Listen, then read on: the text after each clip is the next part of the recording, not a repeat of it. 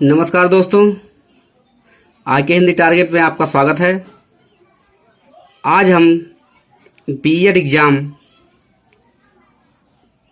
की परीक्षा जो होने वाली है 9 अगस्त को, उसके लिए कुछ महत्वपूर्ण तथ्य लेके आए हैं, क्वेश्चन और आंसर लेके आए हैं, जो कि आपके लिए बहुत ही इम्पोर्टेंट होने वाला है।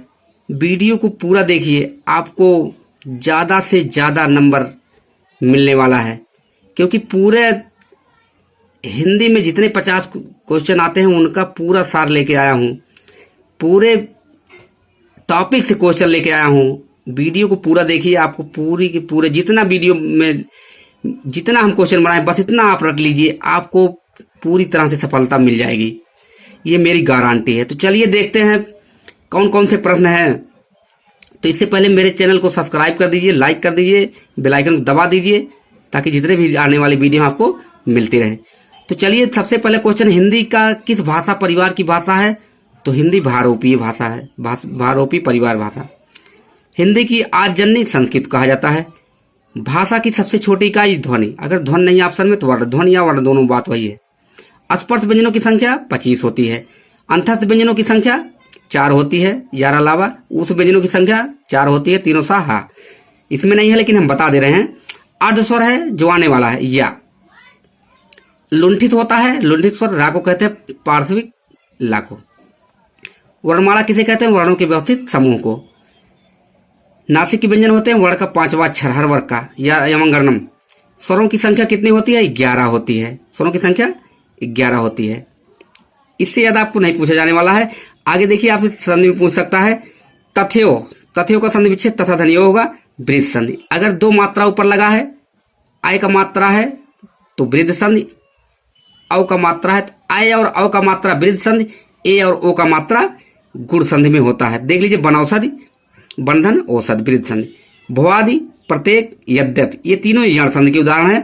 बताए हैं, या से पहले कोई अक्षर आधा उस पर छोटी कहीं कहीं बड़ी, और वहां से पहले अक्षर आधा छोटा हुआ कहीं कहीं बड़ा हुआ लगता है। तो आप देख लीजिए, भूधन आदि प्रधनेक यद्यहन आपी।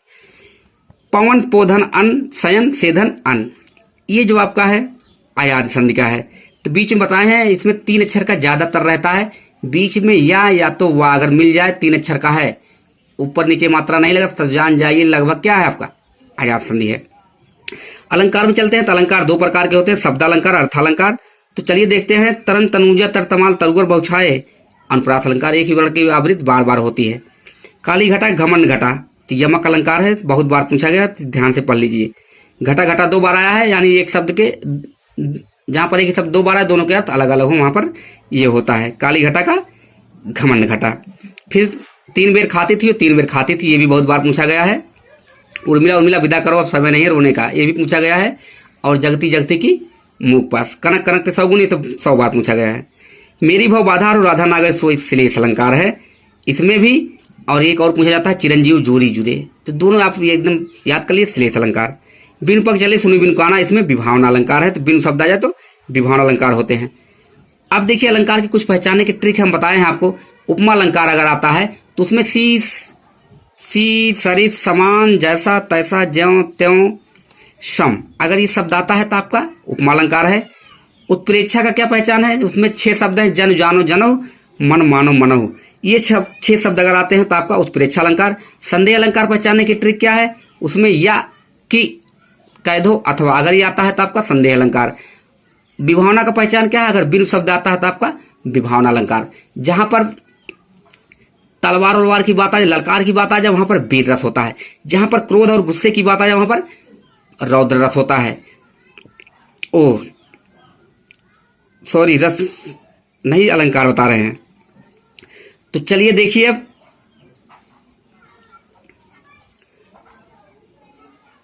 रस के अंग में, रस के 4 अंग होते हैं। रस के प्रवर्तक भरत मुनि हैं। रस 9 प्रकार के होते हैं, 4 अंग होते हैं, स्थायी भाव, विभावन भाव, व्यभिचारी भाव।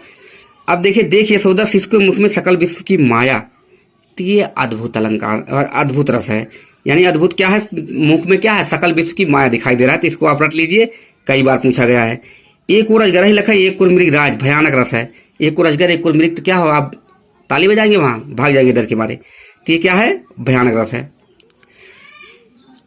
अब देखिए, और जो रस है, जैसे पहचानना रस को है, तो आपको अगर घिरड़ा आ जाए, जुगुप्सा, विभत्स रस, उसमें खून, मवाद, हड्डी, मांस, ये सब अगर कहीं शब्द में है तो आपका विभत्स रस हो जाएगा। शोभित कर नवनीत लिए वात्सल्य रस है।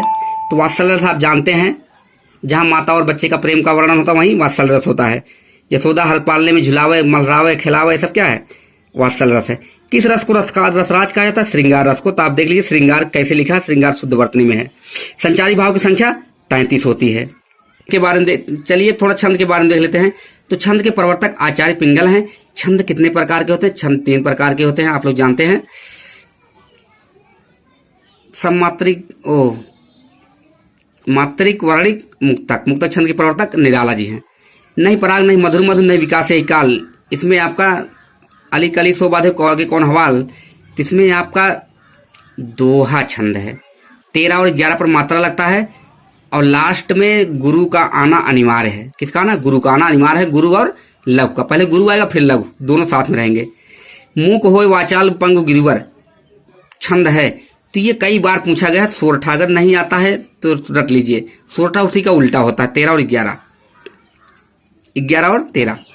अवध शिला का ऊपर था गुरुभार बरवय छंद है। इसमें 12 और 7 पर मात्रा लगता है और चौपाई में 16-16 मात्राएं होती हैं प्रत्येक चरण में। उल्लाला जो रोला जो होता है उसमें प्रत्येक चरण में 24-24 मात्राएं, 4 चरण होते हैं। कुंडलियां जो होता है दोहा प्लस रोला से बनता है, 6 चरण होते हैं। जिस सबसे शुरू होता है उसी सबसे समाप्त हो जाता है। तो अगला देखिए वाक्य, वह सुबह गया और शाम को लौटा में कौन सा वाक्य है? तो इसमें आपका है संयुक्त वाक्य। बहुत बार पूछा जाता है, संयुक्त वाक्य नहीं बता पाते, उसके लिए हम पहचान बता दे रहे हैं। संयुक्त वाक्य की पहचान है, उसमें रहेगा और, कॉपी कलम रखे हो तो उसको लिख लीजिए। और, किंतु, अगर, मगर, सगर, पर, लेकिन, अगर ये शब्द है किसी भी वाक्य में तो आप जानिए संयुक्त वाक्य है। जैसे राम क्रिकेट खेलता है पर अच्छा नहीं, मैं कल आऊंगा लेकिन उसको साथ लाऊंगा। तो जहां लेकिन ये सब आ जाए संयुक्त वाक्य। तो मिश्र वाक्य देख लीजिए, मैं जानता हूं कि तुम्हारे अक्षर नहीं बनते। मिश्र वाक्य की पहचान है सबसे बड़ी कि जिन्होंने, जो, इन्होंने, जिसने, उसने। जैसे यहां लिखा गया मैं जानता हूं कि तुम्हारे अक्षर नहीं बनते, तो ये मिश्र वाक्य हो गया। कि आ गया ना मिश्र वाक्य। वह कौन सा व्यक्ति जिन्होंने महात्मा गांधी का नाम ना सुना हो, तो जिन्होंने आ गया तो मिश्र वाक्य। तो देख लीजिए विराम थोड़ा पढ़ लीजिएगा। अर्ध विराम चिन्ह, अर्ध विराम कैसे रहता है? ऊपर बिंदी रहती है और नीचे एक टेढ़ा बना रहता है, इसको अर्ध विराम कहते हैं। अल्प विराम उससे ऊपर वाला हट जाता है।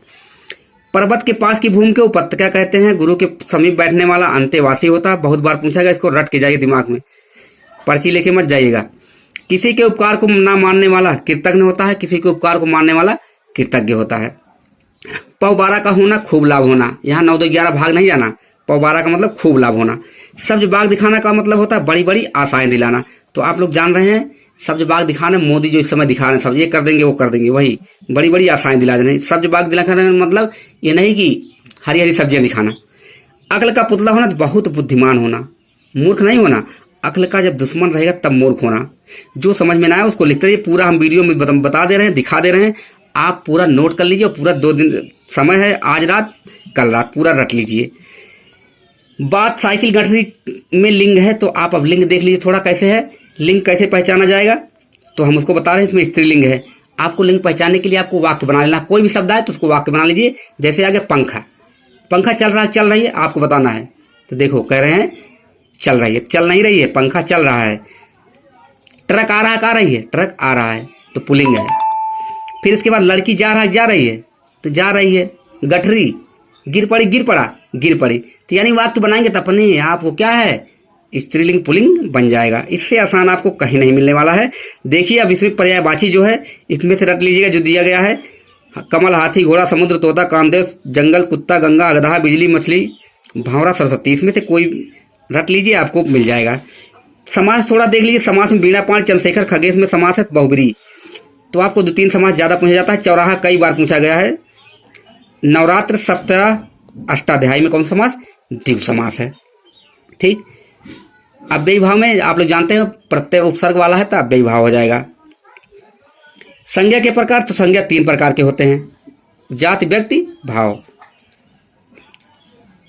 बुढ़ापा, मिठास, क्रोध, ये सब क्या है? भाववाचक संज्ञा। भाववाचक संज्ञा पहचानने में एक सबसे आसान ट्रिक है, उसमें त्वा लगा रहता है। नारीत्व, पुरुषत्व, धनत्व, ये सब लिखा रहता है। अब शुद्ध वर्तनी थोड़ा देख लीजिए। शुद्ध वर्तनी में अहल्या, द्वारका, शमशान, अंताक्षरी, व्यवहारिक, आशीर्वाद, गुरु, ये सब शुद्ध वर्तनी में लिखा गया है। थोड़ा और देख लीजिएगा, शुद्ध वर्तनी एक पूछा जाएगा। तत्सम पूछ देख लीजिए। तत्सम तत्व हम पढ़ा दिए हैं, वीडियो में लिंक दिए हैं, जाके देख लीजिएगा। उसका जो नियम है, सब नियम बता दिए हैं, कैसे आपको देखना है। वणिक का बनिया होता, बा का वाह हो जाता है, सृष्टि का सोट होगा। विशेषण कैसे पहचानना, आपको हम ट्रिक बता दे रहे हैं। काला कुत्ता दौड़ रहा है में कौन सा विशेषण है, तो काला विशेषण होगा। कैसे होगा आपको बता देना है, कैसा और कैसी लगा लीजिए, आपको विशेषण आ जाएगा। जैसे आप कहते हैं रमेश नीला शर्ट पहना है, तो बस पूछिए कैसा शर्ट पहना है, नीला शर्ट पहना है। राधा लाल कमल ली है, कैसी कमल ली है, लाल कमल ली है, तो बस कैसा कैसी लगा लीजिए। आपका जो कैसा कैसी से उत्तर आएगा वही आपका हो जाएगा विशेषण। तो चलिए क्रिया में देखते हैं। क्रिया, सीता गीत गाती है में क्रिया है, तो सकर्मक क्रिया है। अकर्मक सकर्मक आपको बता नहीं, बता दे रहे हैं। सकर्मक कर्म के साथ आती है, कर्मक बिना कर्म के आती है।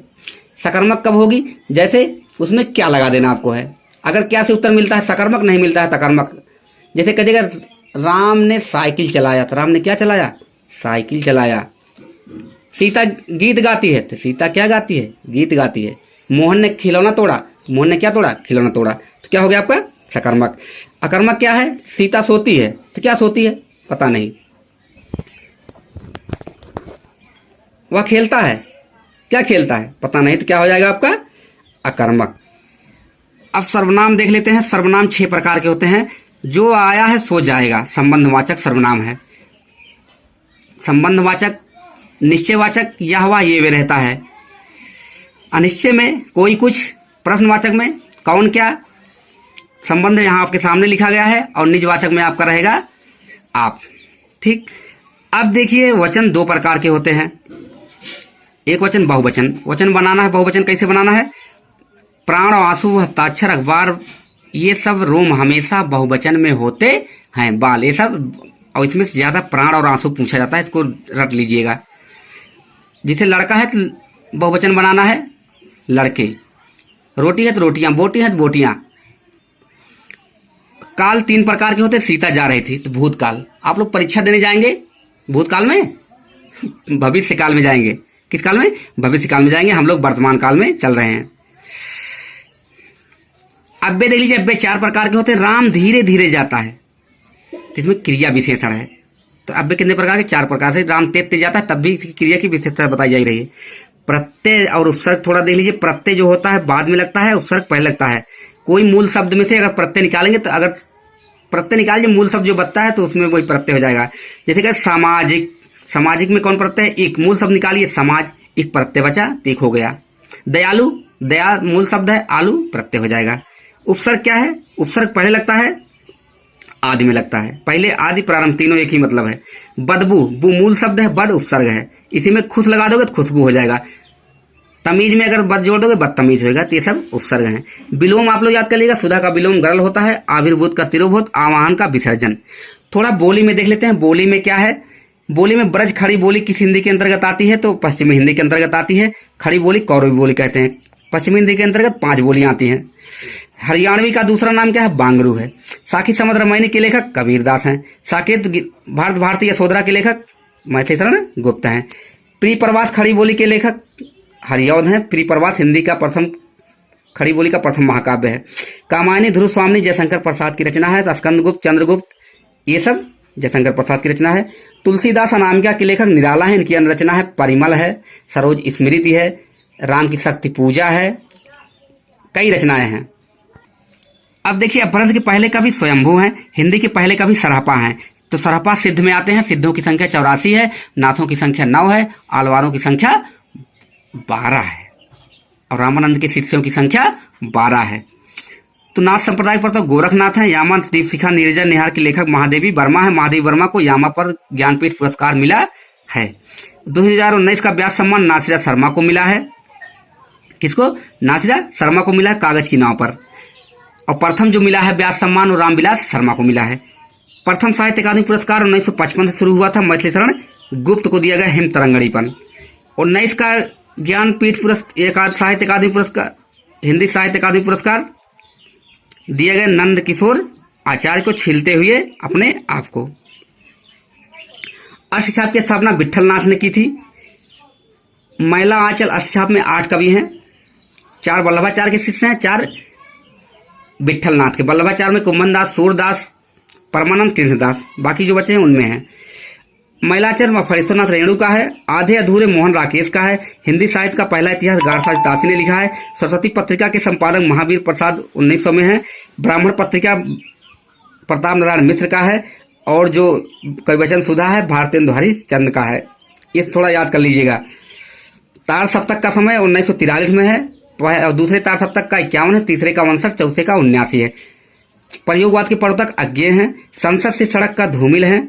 रचना कलम का मजदूर मदन गोपाल का है जो प्रेमचंद की जीवनी है। और कलम का जादूगर ये भी प्रेमचंद की जीवनी है, अमृत राय ने लिखा है। इतने सारे क्वेश्चन हम आपने को हल करा दिए हैं। इतना क्वेश्चन आप देख लेते हैं तो आपको नो टेंशन, ज्यादा से ज्यादा फायदा मिलेगा। थोड़ा बचा है गुरु के बारे में देख लेते हैं। तो कबीर के गुरु रामानंद थे, लिख लीजिए अगर नहीं लिखे हैं तो। सूरदास के गुरु वल्लभाचार्य थे। तुलसीदास के गुरु नरहरियानंद या नरहर दास थे। मीराबाई के गुरु रैदास थे। अमीर खुसरो के गुरु निजामुद्दीन औलिया थे।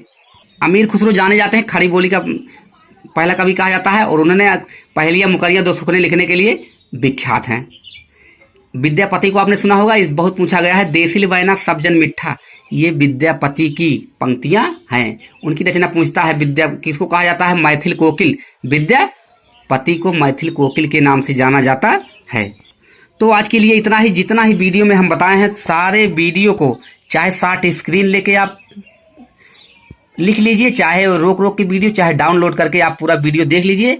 आपको 9 अगस्त को पूरा लाभ मिलेगा, ये मेरा दावा है। इसीलिए हम पूरा क्वेश्चन जो है चुन के लाए हैं और इसको कई घंटों में समेटे हैं। तो चलिए आज के लिए इतना ही। नमस्कार।